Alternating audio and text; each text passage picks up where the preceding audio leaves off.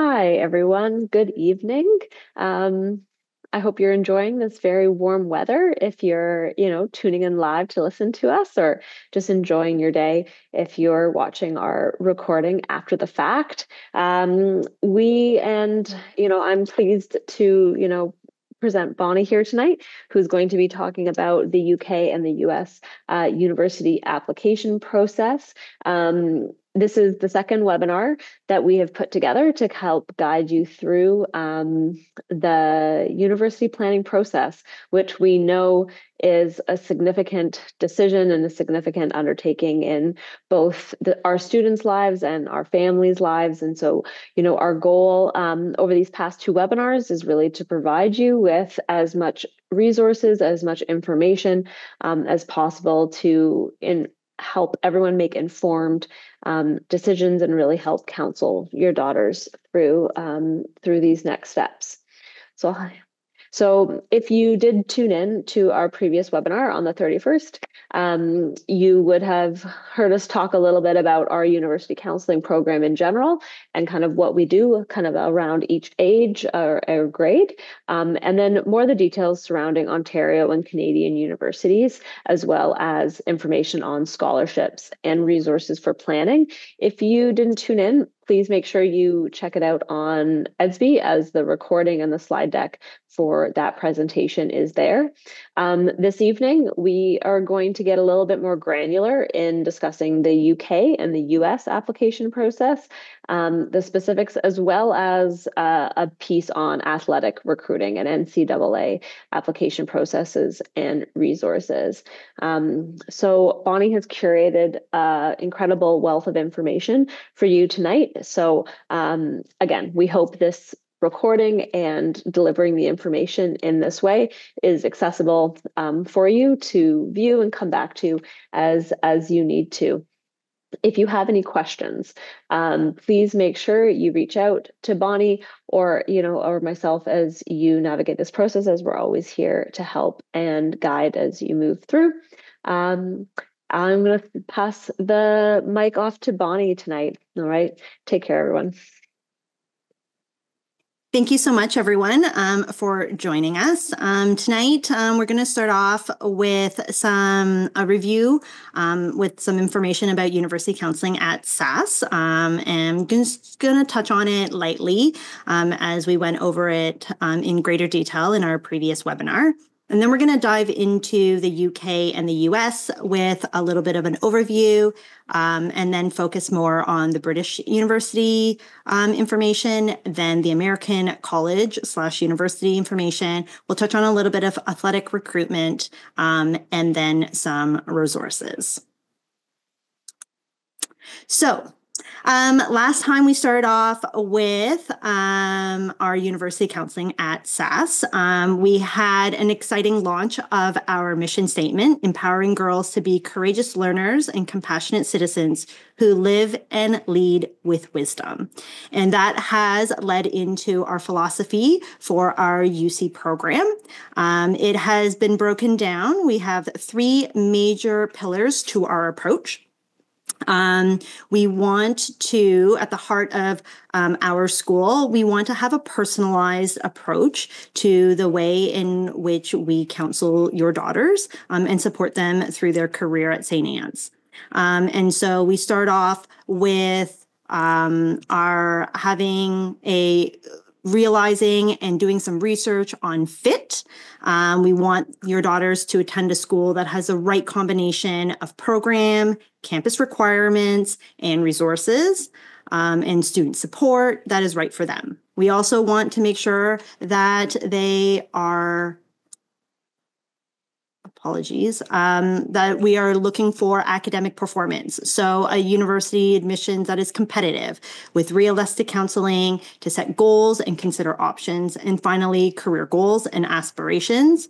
While we want to destabilize the idea that students need to have 100% clear vision for what they want to do for a career at the beginning of grade 12, we want them to begin to reflect on key concepts. So what are some academic disciplines that they are most curious about? What areas spark joy, and what occupation might align with some of those strengths and skills. As an overview about our professional practice, so we recognize that you put a lot of trust into St. Anne's and the broader St. Andrews community to help support your daughter through this important process, and we don't take that lightly. We work diligently to foster relationships with universities, both in Canada and abroad, and to stay up to date with current practice. And so here are a couple of examples. Getting into the St. Anne's University Counseling Program. So this is a look at what are some of the things that we offer from one grade to the next that students can take advantage of. We are very much focused on individual support and those meeting the needs of the students that we are working with. So one of the things that I want to highlight in this slide that pays particular attention to this webinar versus our previous one is in grade 11 this year. We had quite a few university representatives that visited St. Anne's. This year we had 17. And I'm proud to say that those 17 were all institutions that were outside of Canada.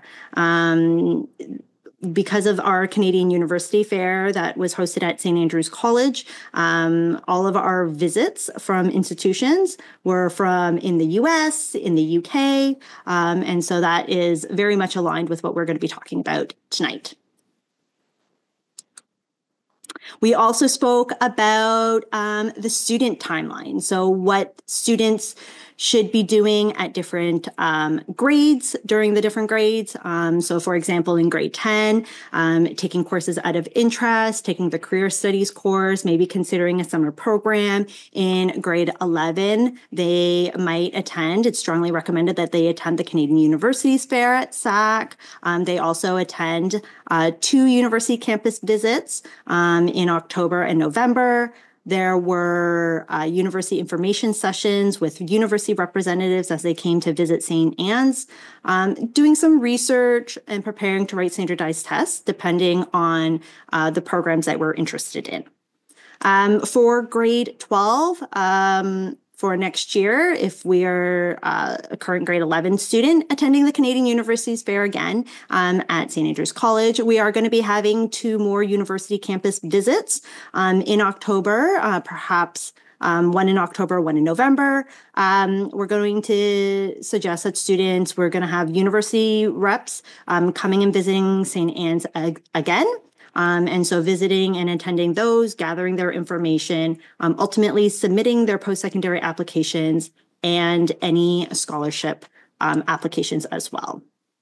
And one thing to note, and we went into a lot more detail in our previous presentation about the scholarships, any kind of support that is required with the application completion and submission, by all means, students can reach out.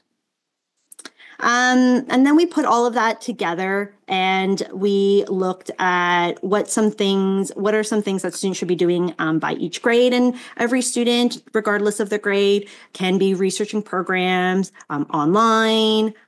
They can be visiting universities. You'll hear me speak a little bit later about campus visits for institutions. If a student is interested in writing some standardized testing, they might consider writing the PSAT in grade 10. They can register for NCAA in grade 10 or 11, preparing standardized tests in grade 10, 11, and 12, writing those standardized tests, attending university visits, preparing applications, and then ultimately submitting those applications in grade 12. And we're going to get into a lot more detail in a lot of these line items in tonight's presentation. Okay, so let's get into the exciting world of the UK and US.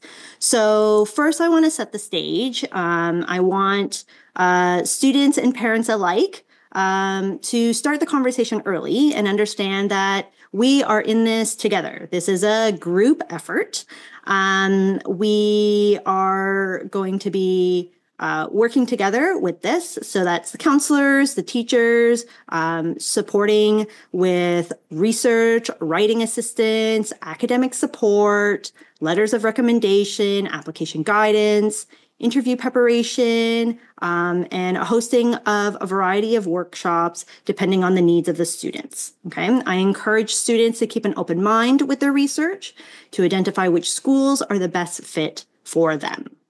So let's first start off tonight with a little bit of an overview of the three different, areas that we're going to speak more about tonight. So in comparison to our previous webinar, where we focused on Ontario and Canadian institutions, the preparation was limited. So we talked about merit-based applications. When it comes to the UK, Ireland, or perhaps the US, you'll see that the preparation is more extensive for UK. If we're looking at the US, it's rigorous. Okay, application requirements. So in Canada, we focus a lot more on grade 11 and 12 grades, whereas in the UK, in the US, the UK specifically, we're focusing on grade 11 and 12 grades, but we're looking at AP scores and standardized tests. There's a personal statement, academic references that compile into an application. And in the US, we're looking at grades 9 to 12 grades, a personal statement. Students often have to write supplementals. They'll also have academic references, but they'll also have standardized tests like ACT and SAT scores. So a much more holistic approach. For the admission philosophy in Canada, we are looking at fit for student, institution, the course of study. In the UK and Ireland, we're looking at the fit for the course of study. And for the US, you'll notice that it's fit for institution. So it's very different based on Canada, the UK, or the US. And when it comes to the major, in Canada, it's declared.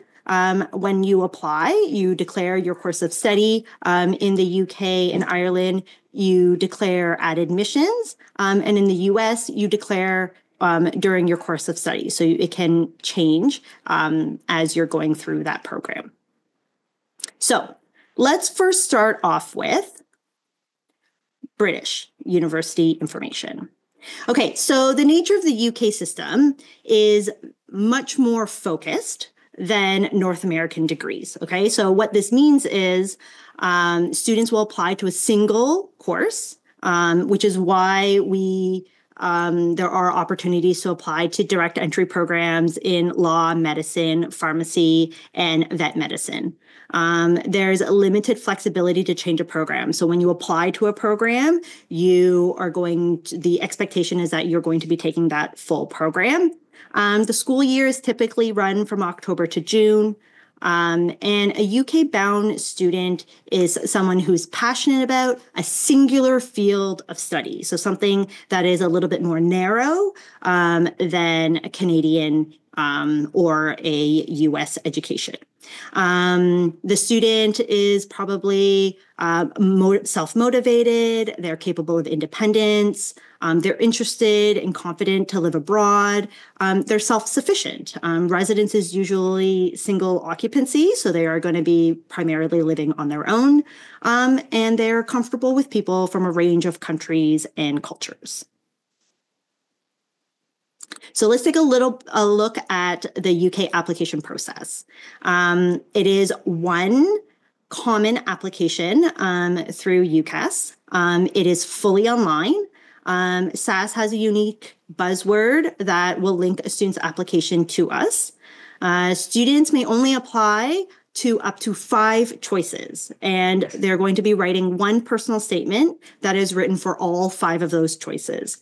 As a result, students often apply to one course because that personal statement is being addressed to all 5 of those institutions. It's usually for one program rather than a variety of programs. The academic information that is submitted includes all the completed grade 11 and 12 courses. So that will be any grade 11 and 12 courses that were completed in grade 11, as well as the grade 12 enrolled courses. So those are the courses that are being taken in grade 12 that have been started, but not finished. Students will also need to include standardized test scores. So for example, you see a slew of acronyms. So that's the engineering and science admissions test. We've got a law, mathematics, clinical aptitude. If there are ACTs or SATs, those are worthwhile, as well as AP. You'll see here that I've provided a link. This link is for more information if you want to do more research into the specific admission tests for a specific program or a school. The application will also include a personal statement. This is the student's opportunity to demonstrate their interest in the subject. So in comparison, the personal statement for other institutions might be why you want to attend that institution. In the UK, it's why do you want to study this subject area, and so it's very focused on the subject. Finally, the application also includes a teacher reference, and that will speak to the student's suitability for the course of study. In the UK, we're going to get to this a little bit later as well. Deadlines vary, so some of them are in October and others are in January. And something to note also is that all the offers are conditional on final grades, which is very similar to Ontario and Canada, which we discussed a little bit in our last webinar.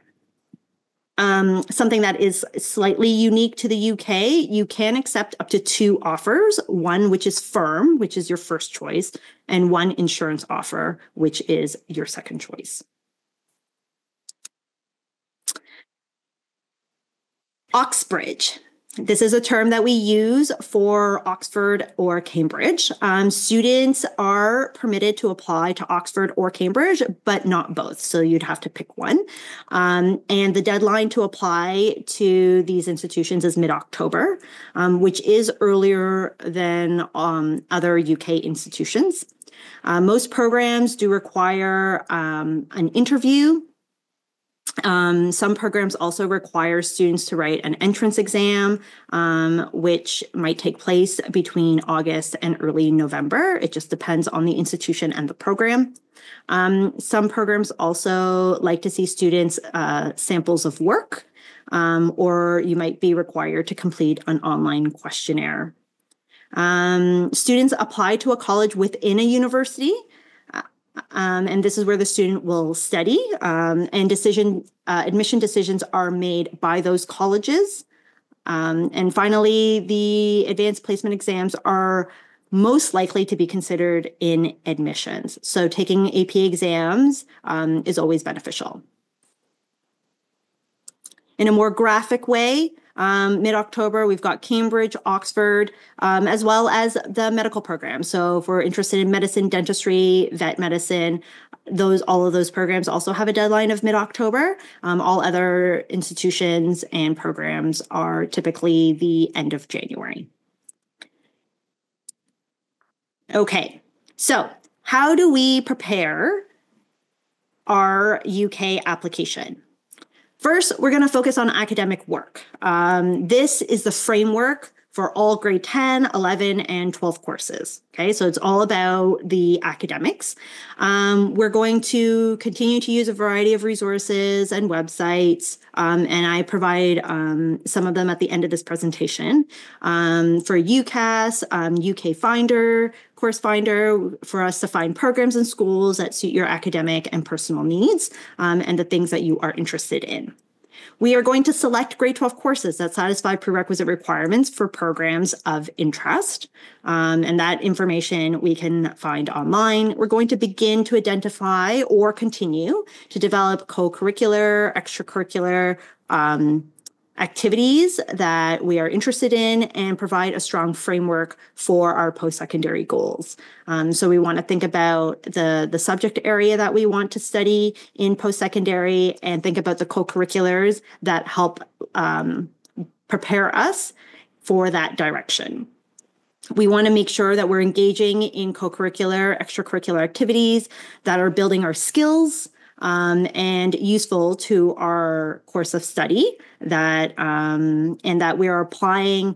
If we are thinking of applying in the early round, we want to think about who our reference is going to be earlier than all of our other applications. So when we are thinking about our references, as particularly for the UK, our reference is going to be somebody, usually a teacher, that can speak to the subject area and how we've been doing in that area. And we want to set up our reference to be the best reference for us. So we want to make sure that we are giving them enough time to prepare a really good reference letter. So often I will recommend to students to speak to the teachers early and provide supplemental information. So that might be a resume or a list of accomplishments or things that they've achieved in that subject area to help enhance that reference letter. If possible, I'm a big supporter of arranging campus visits to top choice institutions. So if you know you want to apply there and you can find the time to visit that particular area, be on campus, go for a campus tour, perhaps attend a sample lecture, take a look at the residents and the city around, that is always most beneficial when coming up with decision making or putting information into our personal statement. We do want to conduct intensive reading in the proposed area of study. So sometimes students ask me, what can I do? I'm really interested in applying to medicine in the UK. And so something that institutions in the UK often ask about or lend themselves really nicely to is like if you've read up on journals about that subject area, if you have found a niche within that subject area that you're really interested in, that sparked your interest, sparked joy, and you do more research. So if you're able to find something like that, that's always something that's going to be beneficial to an application. And lastly, register for any required standardized tests and engage in deep preparation over the summer. So you want to make sure that anything that is required for the application has been scheduled and properly prepared for so that you can make sure that you are providing your best foot forward when it comes to the things that are required and mandatory. Okay, so that's a little bit about UK institutions. Now let's talk a little bit about US institutions, and we can see how they differ and how they are similar. So students who are considering US are often seeking a liberal arts education. So we're talking about general knowledge and intellectual skills versus like professional skills. They should be aware that they may be required to fulfill core or distribution requirements that require a breadth of subjects. So what that means is when you go into liberal arts education, you have to take a variety of different courses to meet the breadth requirement. Oftentimes, students will find themselves in smaller classes, particularly because there are smaller colleges, and so those classes at those colleges are also smaller. Things to consider for applicants that are interested in applying to the U.S. Obviously, there's an additional financial cost to an American education above and beyond the application itself. There are standardized test scores that are required. There is thousands of colleges and universities to choose from. So as a result, the research process is more lengthy to better understand and find the best fit for a student. And so therefore, there is an investment of time and money if applying to the US is something that you are thinking of doing. Now, one thing about the US is the holistic approach. This is the approach that they take to admissions. So it is much more complex than a merit-based or a more streamlined application process. So from the perspective of a student or a parent that is helping someone applied to the US, there is no one single element of an application that will ensure admission because it is holistic. And so it can be like some of the factors, it could be governed by diversity of student body, maybe legacy status of a parent who has previously graduated from that institution. Maybe it had to deal with athletic recruitment, or maybe it was impacted by developmental objectives, like what is the institution trying to build, or maybe it was because of admissions yield. So there are a lot of factors to take into consideration when they are making decisions, which is the holistic approach. So some of the things that we do know that there are some things that they do consider. So academic records. So we're looking at all of the grade 9 to 12 completed courses. So you're looking at all the courses that were completed from grade 9 to grade 11, including the courses that are currently being taken in grade 12. If a student has done a reach ahead credit in grade 8, those are also included. And they are looking for breadth, like have you taken a wide variety of subjects? They're looking for rigor, like have you challenged yourself within the opportunities that your school has provided? Have you challenged yourself with academic curiosity and things like that? You're going to have to provide recommendation letters. It's usually 1 to 2 teacher recommendations. In addition to, there's a school report that will be completed on the student's behalf, a counselor letter, and the school profile. Other things that are considered standardized tests. Now, many schools have gone to test optional, and other institutions have gone back to mandatory SAT and ACT tests. So that will just depend school by school. They also take into consideration extracurricular activities inside of school, outside of school, and the focus on quality over quantity. So not that you've participated in 100 extracurriculars, but that you've participated in several with a sustained commitment. So within that extracurricular, were you able to advance in your leadership or taken on a leadership role within that club? Students will have to complete a personal essay as part of the common application, which I'll speak to in a little bit. And the 25-26 essay prompts have already been released. And so students even now can, and I've provided this link in this presentation so you can review it at your own convenience. So students, our current grade 11 students, can be looking at this right now, selecting which prompts they want to address in their application. And in some cases, an interview or portfolio or samples of writing might be considered in the admissions process. Okay. A successful application is a combination of all of the things that I mentioned previously, from non-academic to academic.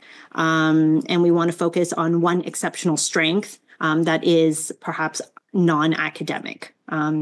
Amplifying students' interest is an application is key. So one of the things that I had mentioned was about standardized tests. And so I want to just take a moment and review some information with regards to standardized tests. So earlier in this presentation and the presentation that we did in our first session on Ontario and Canadian institutions, we talked a little bit about standardized testing, and we looked at this chart. And we'll notice that in grade 10, students might be interested in taking the PSAT. It is something that we would recommend as it provides students with experience in the standardized testing environment, because obviously ACT and SATs are standardized tests that students have to take. And in Ontario, we don't have a lot of standardized tests, so our students are not necessarily familiar with that kind of environment. So taking a PSAT is a good way to get that exposure. And then students can start preparing for an ACT or an SAT in grade 10, but really they should be preparing for that in grade 11. And then by the end of grade 11, usually in the spring or perhaps over the summer, students who are interested in applying to the US should be writing or sitting for an ACT or an SAT. I will caution students that they should be prepared to write it a couple of times. SAC is a testing center. We've partnered with the Princeton Review to offer some preparation courses, and I'm going to give that information in 1 second. In a couple of slides. Okay, so you'll notice that I've mentioned about ACT and SAT a couple of times. So let's just compare the two a little bit.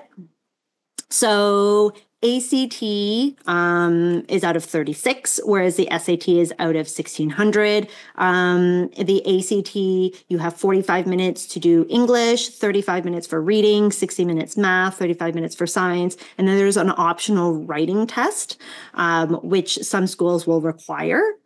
For the SAT, you've got 65 minutes for reading and 35 minutes for writing and language. And then there's a math section, which is 80 minutes. Some are calculator and some other parts are non-calculator sections. The number of questions for an ACT is 215. For SAT is 154. And you'll notice for the total time, if you are writing the optional writing section, the ACT will take longer than the SAT.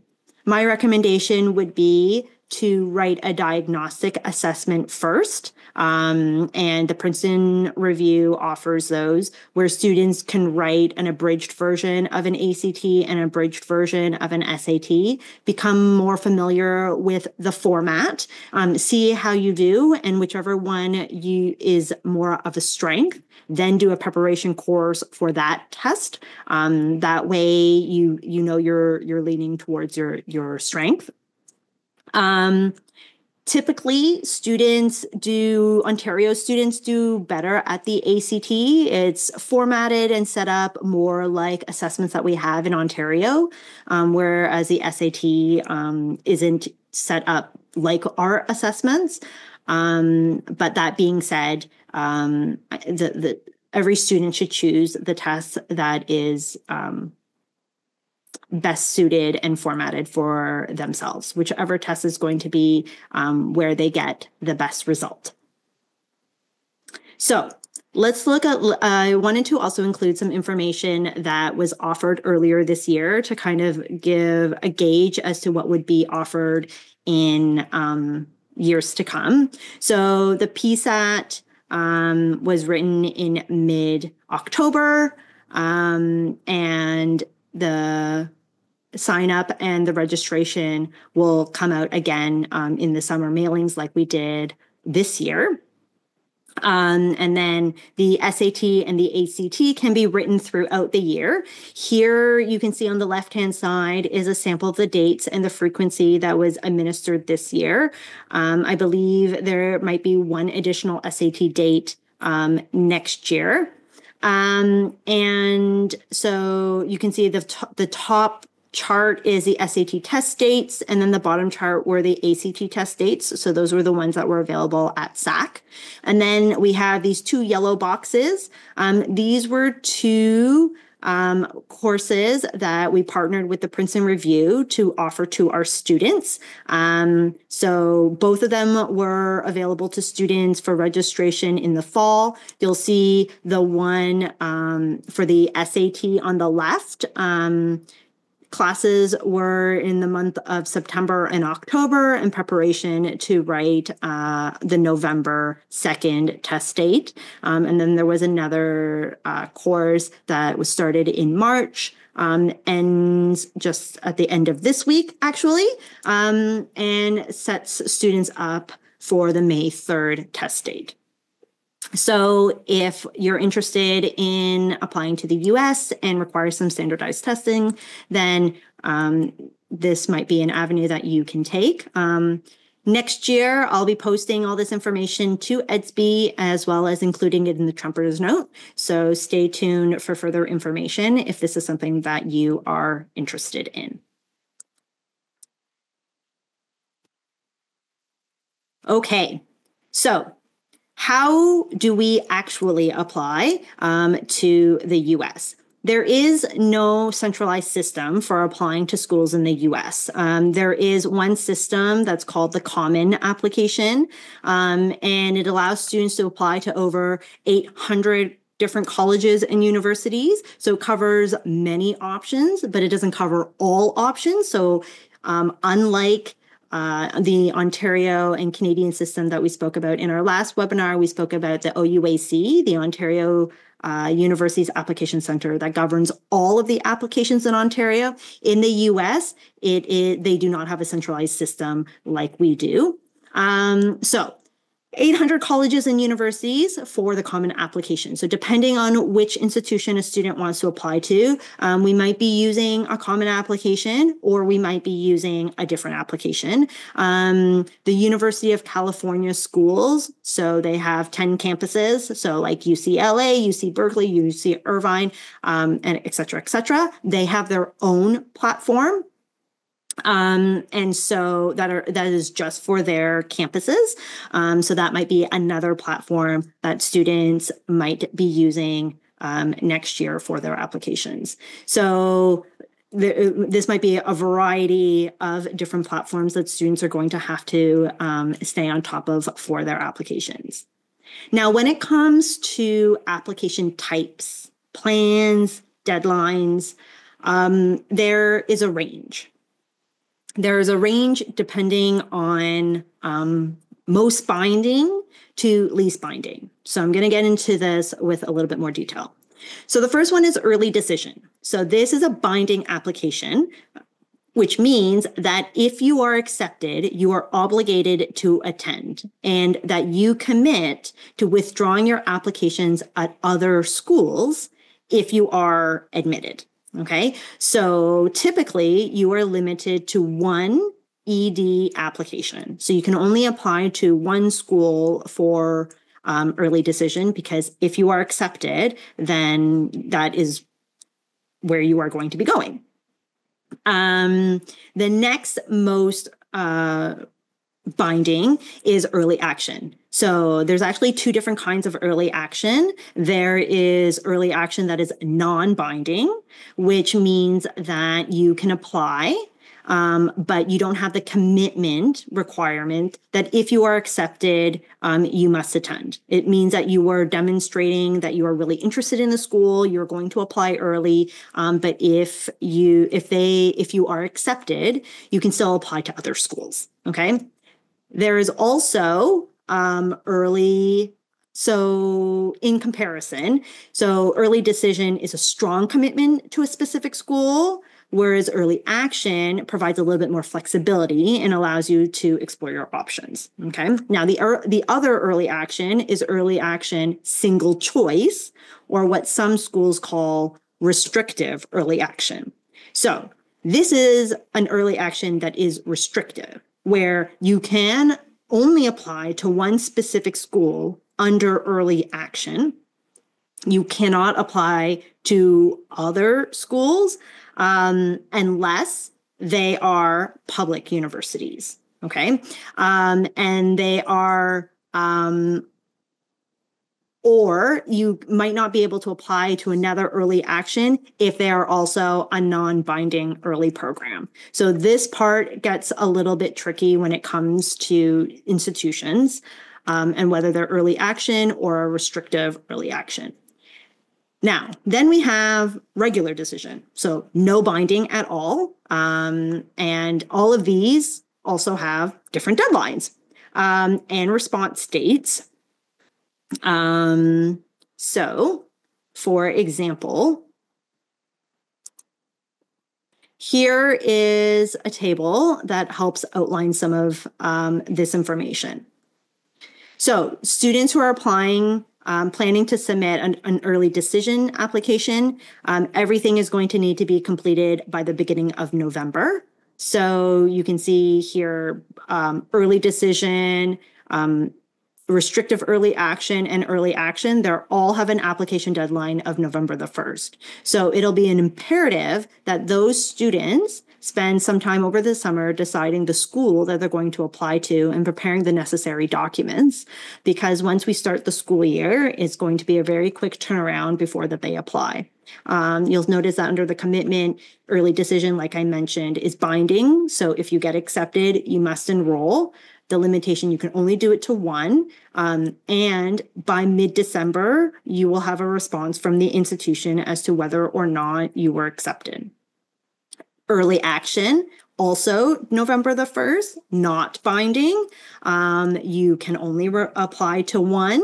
And again, you will hear from the institution by mid-December. Early action that is not binding, but not restrictive, means that you can apply to multiple. And again, you will hear in mid-December. The UC colleges, they have a deadline of November the 30th. I thought I'd put that in here as part of all of the dates.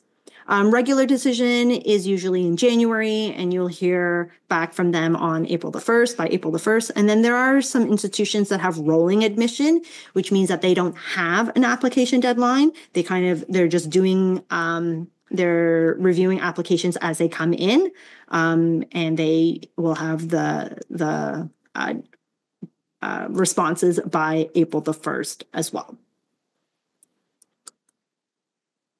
Okay, some things to think about when it comes to applying to American institutions. I think it's important to be transparent about the costs and the possibility of financial aid.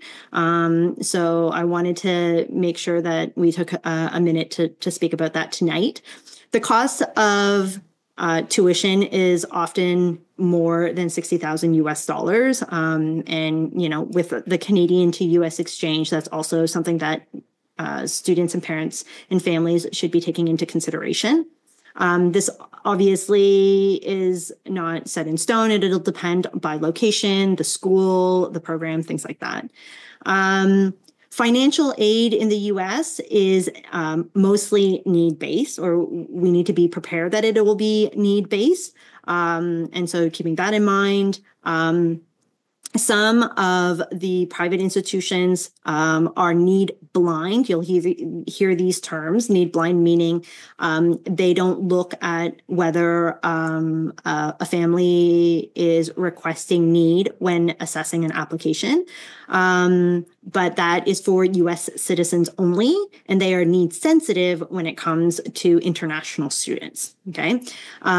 If your daughter has dual citizenship, she will apply as an international student, that being because we want her application to be assessed by admission officers that are familiar with the Ontario transcript and the Ontario education system. But they can apply for financial aid as a domestic student upon acceptance. Private colleges and universities do not offer financial aid to international students. So just something to keep in mind.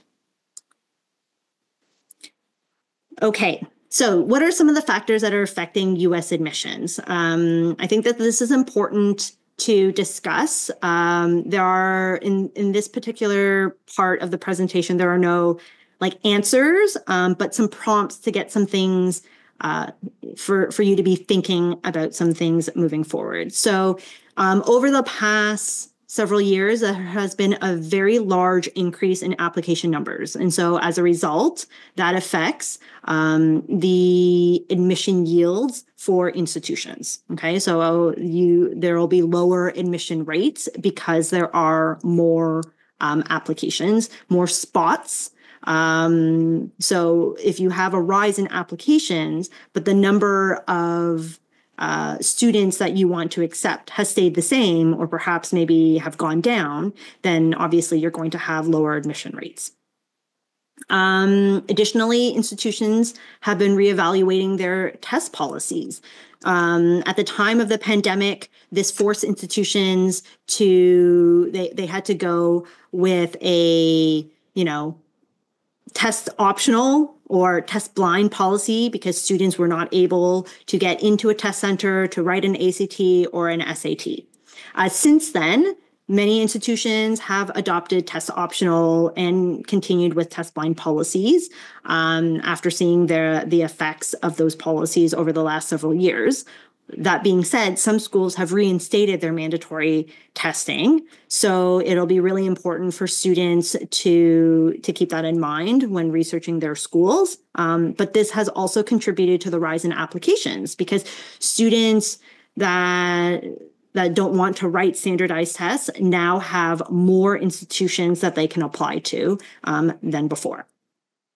The U.S. Supreme Court decided to end affirmative action. So this means that institutions have to find alternative ways to promote diversity and inclusion if that's one of their focuses. So that continues to be a developmental goal for many institutions. And I would also be remiss if I didn't mention the uncertainty of the U.S. government. So there's a lot to kind of unpack with the direction that the U.S. government has been taking over the last couple of months.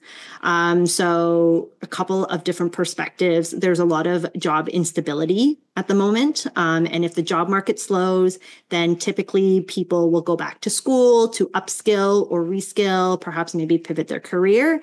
And that might be another contributing factor to the increase in application numbers. There's also been a lot of changes with regards to funding. So far, this funding or defunding has impacted graduate programs. There have been, articles about rescinded offers and hiring freezes and things like that. And so far, I can't confirm whether or not that's going to be taking an impact on undergraduate programs for our students. And I don't know what the future is going to hold, but that is definitely something that is a factor that is going to be affecting U.S. admissions moving forward. So just some things to keep in mind when we are looking at applying to the U.S. In the near future. Now, how can we prepare? We want to develop a sense of academic interests while also maintaining a breadth of subject areas. We want to research institutions. We want to do some research on the Common App, university websites. We want to make sure that we are selecting grade 12 courses that demonstrate rigor and balance. We want to seek out challenging opportunities, and that might be something that we do over the summer. We want to continue to develop our co-curricular profile, and we want to line up academic references. And so when it comes to those academic references, like I mentioned previously, we want to make sure that our references are comfortable providing us with a letter of reference. We want to make sure that our students are providing a list of their accomplishments or a resume to make sure that our reference has ample time to craft a good reference. And obviously those take time to put together. We want to arrange campus visits to top choice institutions. Like I mentioned before, I'm a huge supporter of visiting an institution, seeing what it's like, especially if it's somewhere that we are planning to go to study for the next 4 years. And lastly, complete any standardized tests that might be necessary for our application, especially if we're going to need to take it a couple of times in order to get the score that is our goal. Okay, let's chat a little bit about athletic recruitment, as I know that there are some students in our student body that are elite athletes. So first and foremost, we are currently working with Mr. Chris Papalia from St. Andrews College. He has been meeting with students in grade 11 and continues to support them in this process. And he's open to meeting with students and parents starting grade 10, as long as am aware, I can set up that meeting and make sure that we're all working together towards an NCAA bound athlete. I've provided here some resources. Mr. Papalia has a YouTube video that talks about university counseling and an NCAA application. The second link is the NCAA has come out with, and they do every year, a guide for the college-bound student athlete. It outlines courses that students should take. It outlines timelines. It's like 45, 50 pages of very valuable information. The NCAA Eligibility Center is a website that I've linked here. It shows and walks students through how to become NCAA eligible. And finally, a SAC NCAA presentation handout is also linked here as resources. So first thing that I wanted to talk about is contact timelines. So in this chart, you will see the first opportunity that a coach can correspond with an athlete for particular sports. Okay. So you'll notice like women's basketball is September the 1st of junior year, which is grade 11. And then at the very bottom there is all other sports, which you will see is June 15th after sophomore year. So that is June 15th at the end of grade 10 is when coaches are officially allowed to start correspondence with potential athletes. So if a student is currently in grade 10 and you are engaging in a high level of your sport, at the end of this year is when coaches can officially start reaching out to you to talk about, recruitment. They are usually looking at recruitment about 12 to 24 months in advance of when a student would begin. You'll also notice that unofficial visits can start August the 1st before junior year, which is grade 11. Official visits can start August the 1st before grade 11. So those are some timelines and guidelines and guidance for the communication between coach and athlete. Then we have the NCAA timeline. And I recognize that there's a lot of small text in this. This is a resource that I have linked at the end. So you can kind of zoom in, but it basically walks you through what are the things that you should be doing in grade 9, 10, 11, and 12 if you are an NCAA bound athlete. Some considerations when thinking about NCAA, all of your courses count towards your GPA, all grade 9 to grade 12. Coaches generally want to commit students 2 years away from entry. So that means that coaches are recruiting 12 to 24 months in advance. You want to think about committing to the school you want to attend, not to the team. You're not guaranteed to play or travel with the team, so you really want to make sure that you're going to a school that you are going to really enjoy. And lastly, full athletic scholarships are rare in four-year schools. So many schools from many sports are awarding partial scholarships, but a full scholarship or full ride is very rare. So I just want to make sure that I've put that on everybody's radar. Okay, so let's talk about some of the resources that I've provided at the end of this presentation. I will be uploading the recording and the slide deck to Edsby and putting it into the Trumpeter's Note. So all of these hyperlinks will work for you. The first section is British universities. So I've provided the admissions tests, the website that governs all of the applications in the UK. So you can take a look there.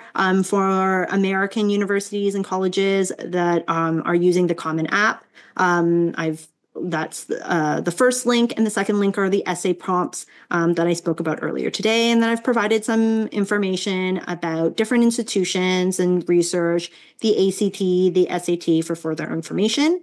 And then for athletic recruiting, the NCAA website. A couple of things that I would recommend to students who are interested in applying to the UK and the US.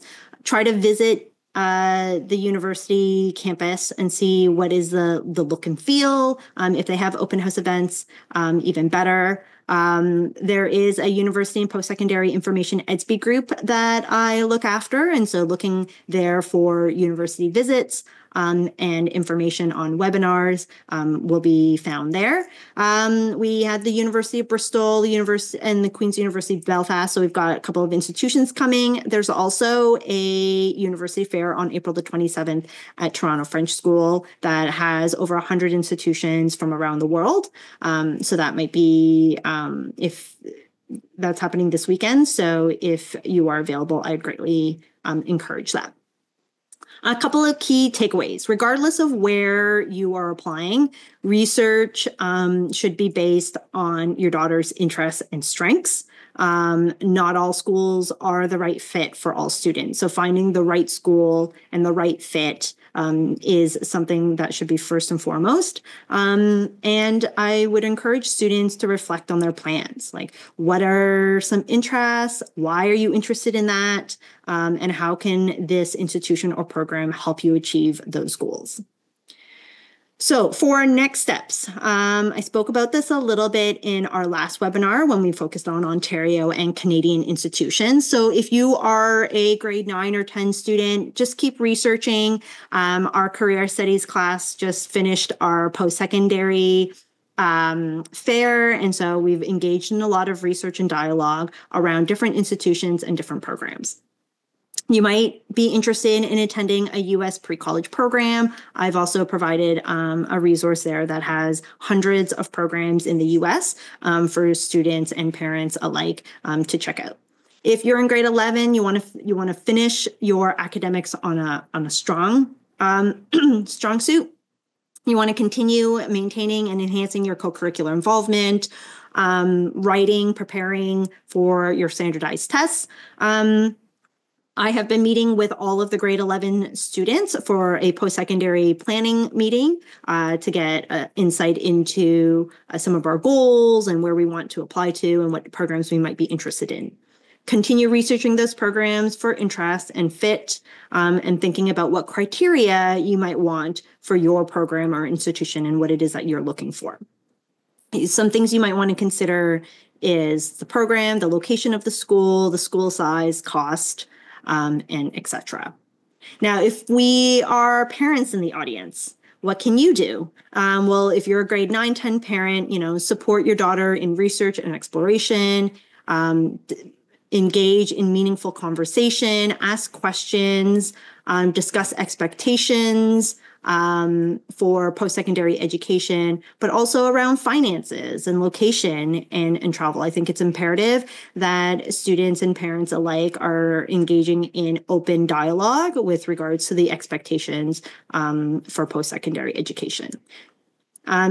We've also discussed last time about the factors to consider. So we spoke a little bit about all of these things that can prompt further discussion and research. And finally, some helpful discussion prompts. So what co-curriculars or athletics are offered at this institution? What are some average class sizes for your first year classes? What is the availability of first year housing? What student support does the university offer? What is your elevator pitch? What are your strengths and skills that make you an exemplary candidate? So we've gone over a lot of information tonight about the UK and US institutions and their application processes and what sets our students up for success within all of this. I am always here and available to support all of our students in their endeavors and their applications. So please, please, please do not hesitate to reach out if you have any further questions or if you want to discuss anything to do about post-secondary applications. I look forward to it, and I am here to support you and your daughter in this very exciting next step. So thank you so much for joining us tonight, and I hope all of you have a wonderful evening. Thank you.